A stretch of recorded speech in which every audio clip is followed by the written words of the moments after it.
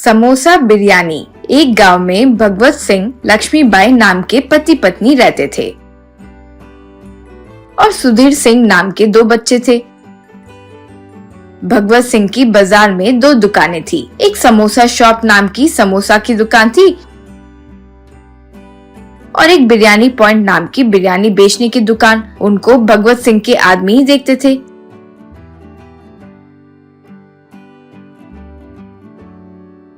समोसा बड़े लड़के की जान थी। छोटे वाले को बिरयानी हद से ज्यादा पसंद थी। कभी कभी भगवत सिंह दुकान जाते जाते दोनों बच्चों को लेकर जाया करता था। एक दिन लक्ष्मीबाई, बच्चे बड़े हो गए हैं, उनकी शादी कर ले तो बहू आकर काम काज में मदद भी कर सकती है। उतना ही नहीं, 1 साल में छोटे छोटे बच्चे यहाँ वहाँ खेल कूद करेंगे। यूँ कहा भगवत सिंह। सही कहा तुमने, सारा जीवन मेहनत करके जिंदगी गुजारे, अब हमें थोड़ा आराम करना चाहिए। कल ही मैं रिश्ते दिखाने के लिए पंडित जी से बात करता हूँ। यूँ कहा।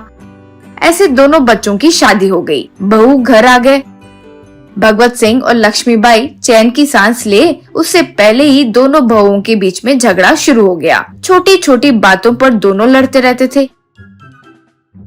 एक दिन लक्ष्मीबाई, बहू आने के पहले ही सब ठीक था, सुबह आंख खुलते ही लड़ने लगती है। कौन सा काम कौन करेगा से लेकर खाना कौन बनाएगा, बर्तन कौन धोएगा, चाय किसी दिन कौन बनाएगा। बाप रे बाप, ये सब सुन सुनकर मैं तो मरती जा रही हूँ। यूँ बोली भगवत सिंह बच्चों से। आपके माँ की तबीयत ठीक नहीं है, डॉक्टर ने कहा है बीपी है, शांति वाले वातावरण में रखने की सलाह दी है। तुम अच्छे हो, बहू भी दोनों अच्छे हैं, लेकिन सुबह उठते ही लड़ाई होती है। परिवार में ये सब होता है, पर मुझे तुम्हारी माँ की तबीयत जरूरी है, इसलिए सुंदर को समोसा शॉप और सुधीर को बिरयानी पॉइंट दे रहा हूँ। तुम 2 अलग परिवार बना लो। यूँ कहा। सुंदर सिंह सर नीचे रखकर, मेरी बीवी भी बहुत दिन से कह रही थी कि अलग हो जाते हैं। तब सुधीर, आपने सही कहा पापा, ये झगड़े आप और माँ झेल नहीं पाओगे, ऐसा करना ही ठीक होगा। यूँ कहा भगवत सिंह। बीच बीच में आते जाते रहना। यूँ कहा। उस दिन से सुंदर सिंह समोसा की दुकान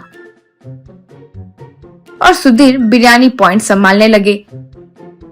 एक दिन भगवत सिंह सोच रहा था कि जीवन पूरा व्यापार संभालकर अब कुछ काम नहीं होने पर खाली बैठकर पागल हो रहा हूँ। तब लक्ष्मीबाई, सही में मुझे भी बहुत अजीब सा लग रहा है। एक काम करते हैं, हमारे घर के पास ही एक छोटा सा टेंट लगाकर उसमें समोसा और बिरयानी बेचते हैं। समय भी बीत जाएगा और कमाई भी हो जाएगी। भगवत सिंह, बहुत अच्छी बात कही, पर हम अगर समोसा बिरयानी बेचेंगे तो हमारे बच्चों को मुकाबला करने लगाए हैं सोचकर उन्हें बुरा लगेगा ना। यूँ कहा। तब लक्ष्मीबाई कुछ देर सोचकर, हम उनकी तरह समोसा और बिरयानी दोनों अलग अलग नहीं बेचेंगे। मैं एक भोजन के लिए काफी हो उतना बड़ा समोसा और उसमें बिरयानी बनाकर समोसा बिरयानी तैयार करूंगी। ऑफिस जाने वाले, माँ बाप के स्कूल जाने वाले बच्चों को टिफिन देने में जिन्हें भी मुश्किल होती है, वो लोग आराम से खरीद लेंगे। एक समोसा खाने में ही पेट भर जाएगा। यूँ बोली। फिर वो घर के सामने समोसा बिरयानी का बोर्ड लगाकर वहाँ समोसा बिरयानी बेचना शुरू कर दिए। उनका स्वाद बहुत अच्छा होने के कारण बहुत सारे लोग आने लगे।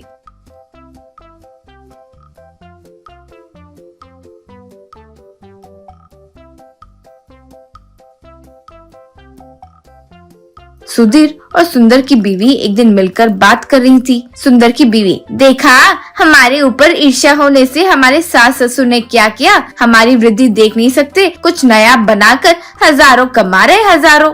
यूँ बोली। तब सुधीर की पत्नी, हाँ जेठानी जी, उनके कारण यहाँ हमारा व्यापार कम हो रहा है, इनको सबक सिखाना ही होगा। यूँ बोली।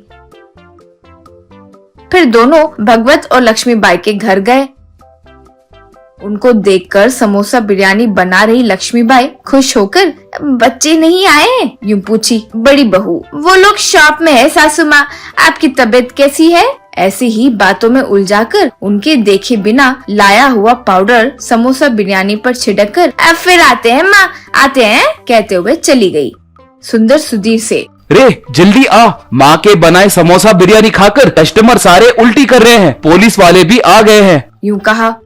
दोनों के वहाँ पहुँचने तक पुलिस भगवत सिंह की पूछताछ कर रहे थे।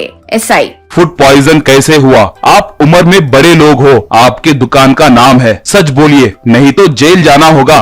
तभी लक्ष्मीबाई, एसआई जी अब समझ आया, हमारी शक्ल कभी नहीं देखने वाले दो बहुएं आकर 5 मिनट बात करके गई थी। उनके जाने के बाद ये पोटली का कागज मिला है, कहते हुए उनको दी। एसआई उसको सुनकर, ये तो पॉइजन है, कहते ही बहुओं को वहीं देखकर, कॉन्स्टेबल्स इनको वैन में बिठाओ। तभी वे दोनों जोर जोर से रोते हुए, हमने गलती कर दी, हमें जेल में मत डालो, कहते हुए भगवत सिंह के आगे हाथ जोड़े।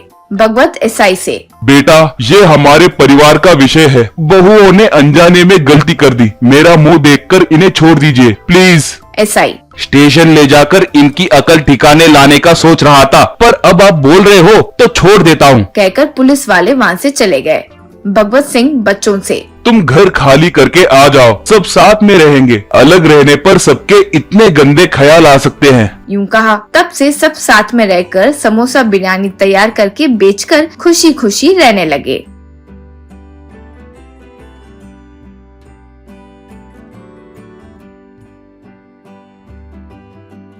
बिरयानी वाला। एक गांव में जनार्दन कहकर एक बूढ़ा आदमी रहता था। उनको रमेश कहकर एक बेटा था। जनार्दन की पत्नी तो कब का गुजर गई थी। तब से लेकर जनार्दन अकेला ही होटल में रसोइया जैसे काम करते हुए बेटे को कॉलेज तक पढ़ाई करवाया था। लेकिन रमेश को पढ़ाई दिमाग में नहीं गई और बुरे दोस्तानी की बहुत आदत पड़ गई थी।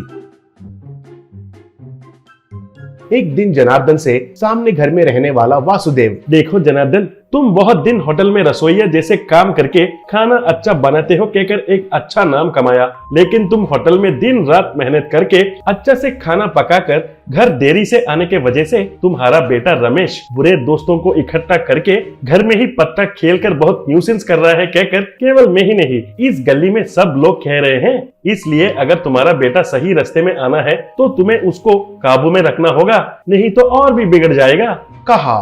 तब जनार्दन दुखी से, मुझे भी उसके बारे में बहुत बुरा लग रहा है वासुदेव, लेकिन अगर काम करना छोड़ दूंगा तो घर कैसे चलेगा, समझ में नहीं आ रहा है, कहा। तब वासुदेव, फिर तो तुम एक काम करो, तुम्हारे बेटे को तुम्हारे साथ ही रखो, उसके लिए घर में ही बिरयानी बनाकर एक गाड़ी पर घूमते हुए बेचो। रमेश को भी साथ में रखोगे तो वो भी व्यापार सीखेगा और जिम्मेदारी भी पता चलेगा, कहा। तब जनार्दन, अच्छा सलाह दिए हो वासुदेव, ऐसे ही करूंगा तो मेरा बेटा सुधर जाएगा कहकर मुझे यकीन है, कहा। एक दिन सुबह ही जनार्दन मजेदार बिरयानी बनाकर गाड़ी में पूरा परोसकर रमेश से, चलो रे रमेश, हम घर रात को ही वापस आएंगे, कहा। तब रमेश, ये क्या, तुम्हारे पीछे पूंछ जैसे मैं क्यों, तुम जाकर आओ। जनार्दन, चुपचाप मुंह बंद करके वो तराजू लेकर मेरे साथ आओ, कहा। तब रमेश कुछ बात किए बिना तराजू पकड़कर गाड़ी के पीछे चलने लगा।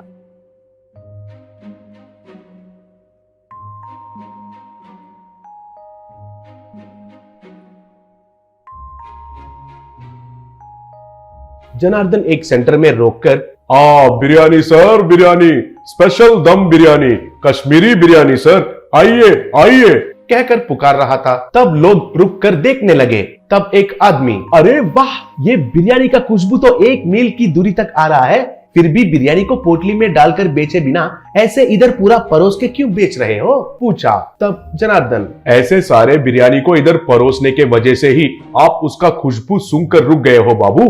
खाने का चीज कितने मजेदार होता है, पहला तो नाक सूंघकर हमें बताती है बाबू, बाद में मुंह में रखने से उसका स्वाद का मजा तो हमारा जीभ हमें बताता है बाबू। कितना किलो चाहिए बाबू, कहकर रमेश के हाथ में से तराजू लेकर रमेश से, अरे वो बक्से को खोलो, कहकर उसमें बिरयानी डालकर, इसमें 2 किलो है, ले लो बाबू, कल आप फिर से आकर 4 किलो मांगेंगे, कहकर पैसे लिया। ऐसे जनार्दन धनवान के एरिया में जाकर बिरयानी बिरयानी, मजेदार स्वादिष्ट बिरयानी कहकर पुकारने लगा। तब एक बंगला में से एक नौकर बाहर आकर, अरे जनार्दन, तुम हो? उस होटल में तुम्हारे हाथ से बनाया बिरयानी कितना बार खाया था, पिछले बार गया तो वहां तुम नौकरी छोड़ गए है कहे थे, ठीक है थोड़ा बिरयानी दो, कहकर बिरयानी मुंह में डालकर, अरे वाह, उस होटल में बनाया बिरयानी से भी 100% मजेदार और स्वादिष्ट है ये बिरयानी। आहा आहा, क्या स्वाद है जनार्दन, 1 किलो दे दो, हमारा मालिक को भी थोड़ा खिलाता हूँ। कहा। ऐसे उधर से वे लोग और एक सेंटर में गए थे। उधर एक आदमी बिरयानी लेकर कल तुम्हारा बिरयानी खरीद कर लॉज में ले जाकर खा रहा था तो सब लोग इतना अच्छा खुशबू आ रहा है, कौन सा होटल का है कहकर पूछ रहे थे। कहा। तब जनार्दन, ऐसा है क्या बाबू, कौन सा लॉज है वो, मैं उधर जाकर बेचूंगा। कहा। तब वो आदमी उस बगल वाले गली में तेजा लॉज है कहकर चला गया। ऐसा तेजा लॉज के पास जनार्दन को अच्छा बिक्री होने लगा। इतने में एक आदमी आकर, तुम्हारा बिरयानी तो बहुत बढ़िया है, लेकिन ऐसे हर दिन सड़क पर घूमकर बेचने के वजह से क्या फायदा मिलता है बताओ। इसलिए अगर मेरा एक छोटा सा काम करोगे तो मैं तुम्हें 50,000 रुपए देता हूँ। कहा।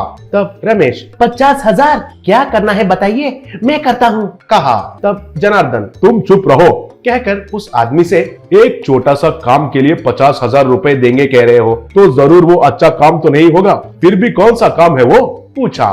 तब वो आदमी, बहुत सिंपल है, धनवान लोग रहने वाले एरिया में बिरयानी देते समय मैं जो देता हूँ उस पोटले का पाउडर उसमें मिलाकर देना है, बस। कहा। तब जनार्दन गुस्सा होकर, ऐसा गलत काम हम नहीं करते हैं बाबू, हमें छोड़ दीजिए कहकर उधर से गाड़ी को धक्का देते हुए चला गया। एक हफ्ता गुजर गया।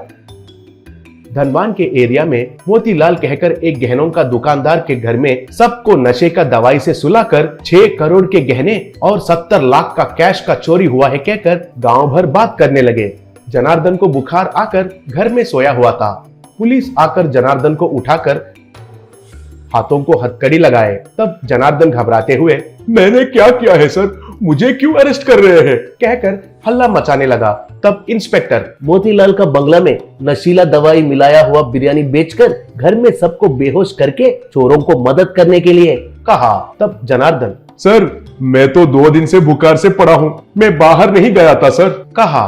तब इंस्पेक्टर, उस बंगले का नौकर को इधर लेकर आओ। कहा। तब वो नौकर आकर, सर वो नशीला बिरयानी जो बेचा है वो ये नहीं है सर, इनका बेटा है सर। कहा। तुरंत कांस्टेबल अंदर जाकर रसोई में छुपा हुआ रमेश को पकड़कर बाहर लेकर आया। तब इंस्पेक्टर रमेश को एक मारकर, सच कहो वो चोर लोग कहाँ पे हैं? पूछा। तब रमेश सर झुकाकर, मेरा पिता को पता चले बिना मैं खुद उस तेजा लॉज में जाकर उन चोर लोगों के पास 50,000 रुपए लेकर बिरयानी में नशे का दवाई मिलाकर मैंने ही बेचा था सर। कहा। तब इंस्पेक्टर, अरे उसे छोड़कर इसको लेकर जाइए, हमें तुरंत तेजा लॉज में जाकर उन चोरों के बारे में इंक्वायरी करना है। कहा। ऐसे रमेश जेल का जिंदगी अनुभव करके अच्छा सा बुद्धि लाकर जेल से रिहाई होकर पिता के साथ बुद्धि से बिरयानी बेचकर खुशी से जीने लगा।